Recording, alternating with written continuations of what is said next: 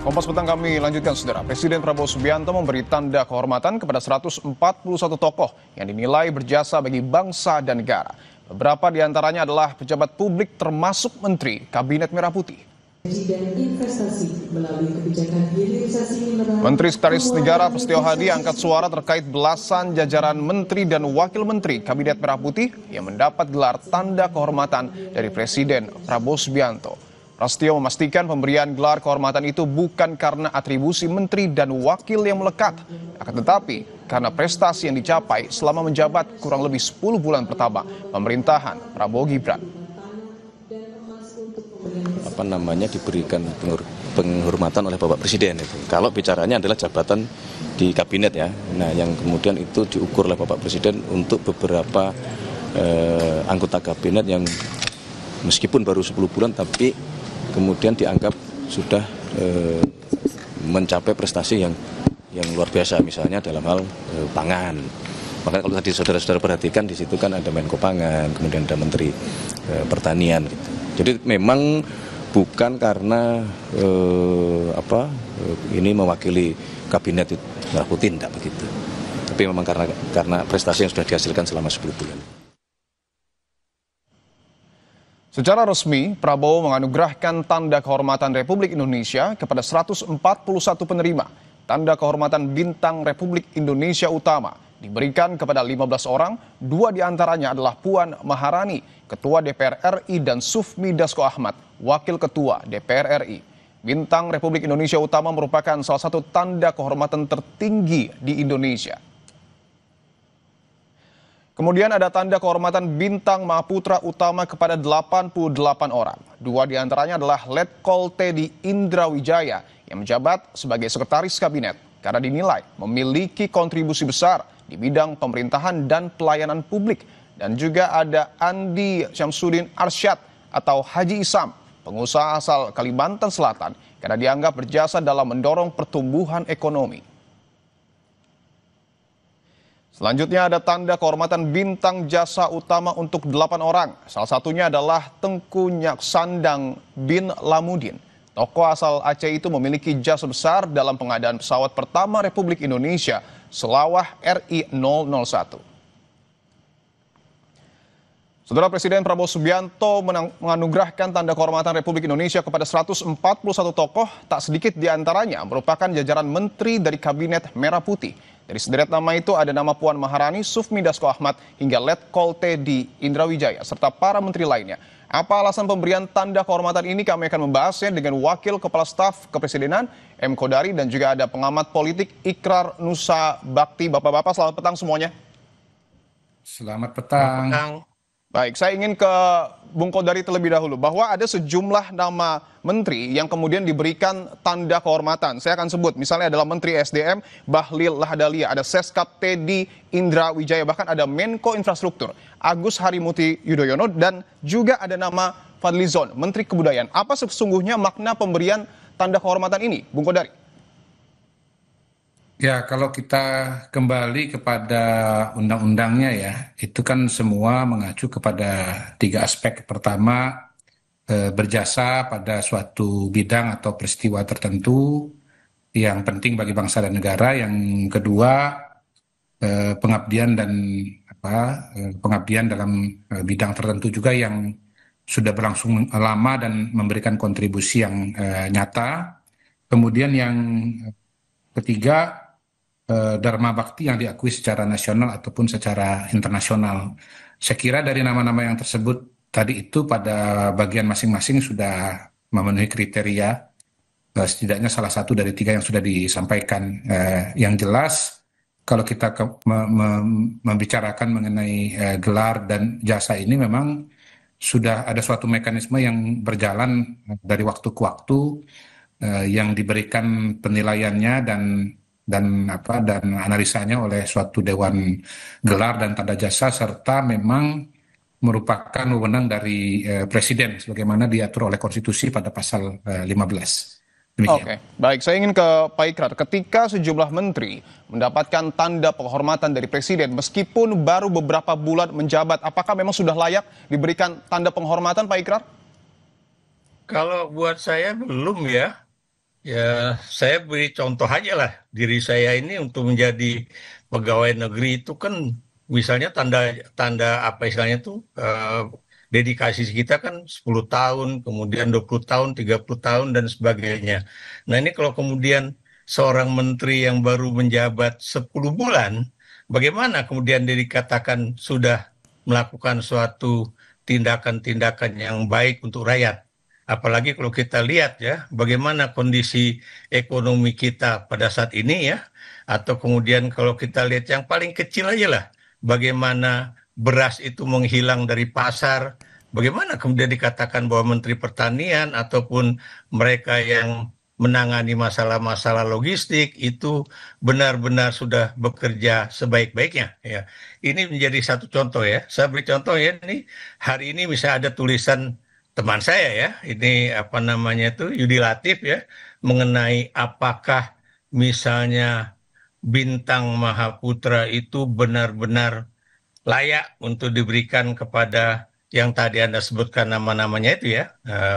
Dia memberikan contoh ya, bagaimana pada masa lalu itu bintang Mahaputra itu diciptakan untuk mahkota kenegaraan ya, dan itu diberikan kepada contohnya di sini ya, Jenderal Sudirman, kemudian juga Muhammad Natsir, Ki Hajar Dewantoro dan sebagainya ya. Tapi di situ tampak jelas ya, apakah kemudian tiga orang itu benar-benar layak mendapatkan bintang yang tadi saya katakan Mahaputra tersebut. Kalau buat saya iya, karena memang mereka itu mendharma baktikan dirinya itu untuk Indonesia.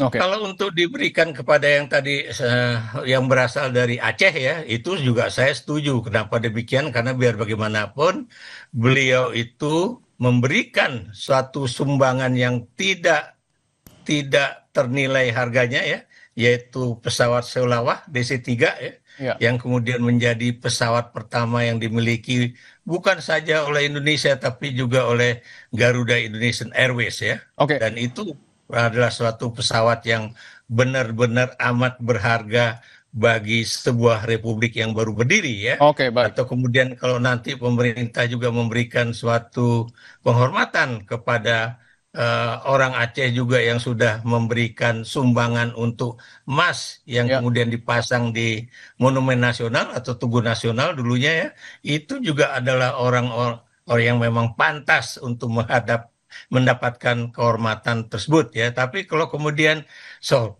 seorang menteri yang baru bekerja 10 bulan atau Oke, kemudian baik. seorang anggota DPR yang baru baru juga 10 bulan bersama Pak Oke. Prabowo Subianto kemudian mendapatkan Baik, baik, Rap. bintang jasa yang cukup tinggi Oke, buat artinya ada saya. beberapa nama menteri yang kemudian Anda sebut belum layak. Apakah ada nama-nama lain yang mungkin menurut Anda juga tidak layak? Karena ada beberapa nama pengusaha, sebut saya seperti Haji Isam yang juga kemudian diberikan tanda penghormatan. Tanggapan Anda?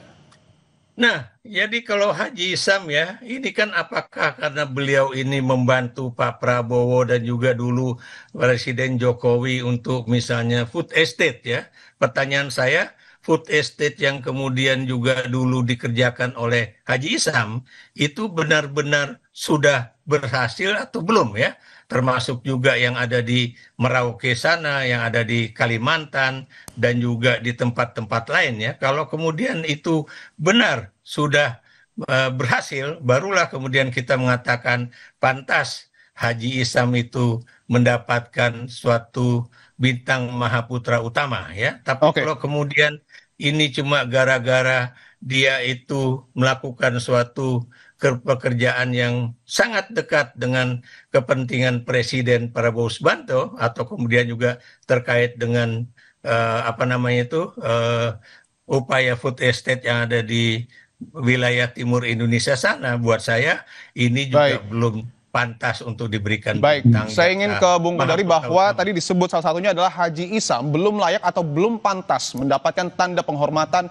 dari Presiden. Tanggapan Anda, Bung Kodari? Ya, tentu penilaian yang lebih detail ada di anggota Dewan Gelar yang jumlahnya sekitar 7 orang. Dan anggota Dewan Gelar itu kalau menurut undang-undang sudah diatur, ada 2 dari akademisi, ada 2 dari militer, dan ada 3 dari mereka yang sudah pernah menerima tanda jasa. Kalau saya pribadi melihat bahwa Pak Sulaiman, Pak Haji Sulaiman Samsudin Hafsat itu telah menjadi tokoh yang mempelopori, sebelum bicara food estate tentunya adalah dunia pertambangan di Indonesia, dunia batubara, membuka lapangan kerja yang sangat luas terutama di Kalimantan Selatan. Beliau juga melakukan usaha-usaha untuk penguatan pertanian berkaitan dengan tebu, ya, dengan gula. Jadi pekerjaan-pekerjaan yang dilakukan sudah menjadi inspirasi bagi pengusaha Indonesia, sekaligus juga merupakan tokoh pengusaha dari daerah yang telah berkontribusi banyak dalam hal energi di Indonesia. Jadi bukan hanya food estate saja, tetapi juga kegiatan-kegiatan ekonomi yang lain. Baik, saya ingin sambungkan karena ketika bicara soal Haji Isam, oke lah kita sebut bahwa pengusaha yang sudah lama. Tetapi kalau deretan menteri ini baru 10 bulan dan tadi disebut oleh Pak Ikrar belum layak, apakah tidak terlalu terburu-buru Pak Presiden memberikan tanda penghormatan ini? Begini, di era Pak Prabowo ini ada banyak sekali terobosan-terobosan dan program-program baru yang sangat masif. Contohnya sekolah rakyat, bagaimana program ini belum pernah ada sebelumnya. Sekolah yang diperuntukkan untuk kalangan desil 1, desil 2, 10% dan 20% terbawah kalangan masyarakat kita. Saya berkeliling kepada keluarga dan calon siswa penerima sekolah rakyat betul-betul dalam kondisi yang sangat memprihatinkan. Mereka-mereka yang jangankan untuk sekolah, makan pun juga kesulitan. Ini dengan adanya program sekolah rakyat ini, mereka punya peluang bukan hanya untuk bisa sekolah, tetapi juga punya seragam, punya fasilitas sekolah, punya bisa makan, mendapatkan asrama, pendidikan yang optimal untuk masa depan yang lebih baik, dan itu dikerjakan dalam waktu yang singkat, yang dalam waktu 10 bulan tadi, bahkan belum 10 bulan. Oke. Misalnya kemarin Pak Prabowo memberikan pengarahan kepada guru, kepala sekolah, Ya. guru sekitar 2.000, kepala sekolah sekitar 165, yang sudah menerima manfaat ini sangat banyak, dan ini baru sekolah rakyat sementara ya. Oke, Bung Kodari. Sementara pada saat yang bersamaan Oke. juga akan dibangun sekolah rakyat permanen. Jadi menurut saya sih, kalau saya pada posisi itu, menurut saya sih layak. Oke. Karena saya bisa membayangkan bagaimana besarnya effort yang harus dikeluarkan untuk bisa Bung Kodari, saya ingin mengusahakan dan membangun minta sekolah rakyat ini. penjelasan dari Istana. Apa yang kemudian menjadi landasan pemberian tanda penghormatan untuk Puan dan juga Sufmi Dasko Ahmad yang kita tahu DPR sedang dikritik keras oleh publik? Kalau Mbak Puan dan Pak Dasko, tentu saja beliau-beliau adalah orang-orang yang sudah sangat menjabat lama ya di pemerintahan, terutama DPR. Mbak Puan ini sudah periode yang kedua. Saya kira kalau mengenai Mbak Puan, nanti saya minta tolong sama Bang Ikrar yang menjelaskan. Saya yakin beliau bisa menjelaskan Mbak Puan dengan lebih baik Oke, daripada baik. Saya ingin langsung ke Kalau Pak Ikrar. Pak Ikrar, Pak Dasko pemberian juga banyak perannya, banyak sekali perannya ya, menjembatani komunikasi antara eksekutif dengan legislatif, Oke. membantu mencari titik temu dalam berbagai momentum penting, misalnya seperti kemarin ada miskomunikasi mengenai pulau antara Provinsi Sumatera Utara dengan Provinsi Sumatera Utara dengan Provinsi Aceh. Kemudian ketika ada kelangkaan LPG di lapangan, beliau turun tangan dan Baik. membantu mencarikan solusi. Saya kira sangat bisa Oke, dijelaskan dan sangat saya bisa ingin ke diterima. Pak Ikrar. Pak Ikrar, bahwa Ketua DPR Puan Maharani dan juga Wakil Ketua DPR Sufmi Dasko Ahmad mendapatkan Bintang Republik Indonesia Utama, penghargaan tertinggi. Apakah kemudian di tengah demonstrasi yang kemudian disampaikan oleh publik, dua tokoh ini pantas mendapatkan penghargaan? Saya sebelum menjawab pertanyaan Anda, kita juga lihat dulu lah ya, dari misalnya Prolegnas ya, Program Legislasi Nasional, itu baik pada saat beliau sekarang udah menjadi Ketua DPR dan juga Wakil Ketua DPR, berapa yang kemudian sudah dijalankan ya. Kemudian juga Prolegnas sebelumnya itu juga kita bisa lihat ya. Dan kemudian bagaimana perubahan-perubahan misalnya Undang-Undang KPK pada 2019, atau kemudian juga ya berbagai perubahan undang-undang misalnya Omnibus Law, mereka sudah ada di DPR ya. Apakah itu berjalan sesuai dengan keinginan rakyat? Apakah kemudian itu juga sudah mengambil aspirasi rakyat ya. Dan sekarang yang ramai kemarin ya misalnya dalam kaitannya dengan apa namanya itu tunjangan dan juga pendapatan anggota DPR ya. Orang waktu itu cuma ribut mengenai tunjangan yang bertambah 70 juta ya, yang kemudian jumlahnya menjadi sekitar 100 juta rupiah. Tapi Kompas kemarin itu benar-benar mengejutkan bahwa rupanya itu take home yang take home pay yang didapat oleh anggota DPR itu adalah 230 juta rupiah ya. Itu benar-benar sangat jomplang antara yang namanya kondisi masyarakat yang benar-benar sulit bernafas untuk bisa hidup ya dengan para wakil rakyat mereka ya, apalagi Dasko dan juga Puan itu adalah pimpinan DPR yang harusnya juga berkata, janganlah kita diberikan kenaikan tunjangan ataupun berbagai macam tambahan tersebut ya, ketika rakyat itu masih susah. Anda bisa bayangkan ya, 12 juta tunjangan untuk beras. Itu kalau Anda perhatikan, itu kalau harga beras taruhlah sekarang ya, itu 90.000 rupiah per 5 kilo ya. Itu berapa yang mereka bisa dapatkan sementara rakyat susah begitu. Baik, pada akhirnya tentu publik yang akan menilai apakah kemudian para pejabat publik kita layak mendapatkan penghargaan atau tidak dari Presiden. Terima kasih sebelumnya Wakil Kepala Staf Kepresidenan M. Kodari dan juga ada pengamat politik Ikrar Nusa Bakti. Sehat-sehat selalu Bapak-Bapak. Sehat-sehat selalu. Yuk. Saudara, Badan Penyelenggaraan Haji resmi menjadi Kementerian Haji dan Umroh menyusul disahkannya rancangan Undang-Undang Penyelenggaraan Ibadah Haji dan Umroh menjadi undang-undang oleh DPR.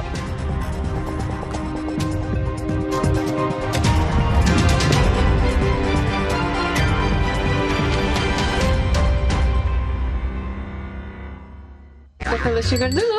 Wah, rendah gula. Nyaman diminum. Tidak semua air itu aqua. Yang dipilih dari sumber air di gunung terlindungi, disaring bertahun-tahun oleh lapisan bebatuan, dan kaya akan mineral alami yang seimbang. Sehingga aqua terasa dingin tanpa didinginkan.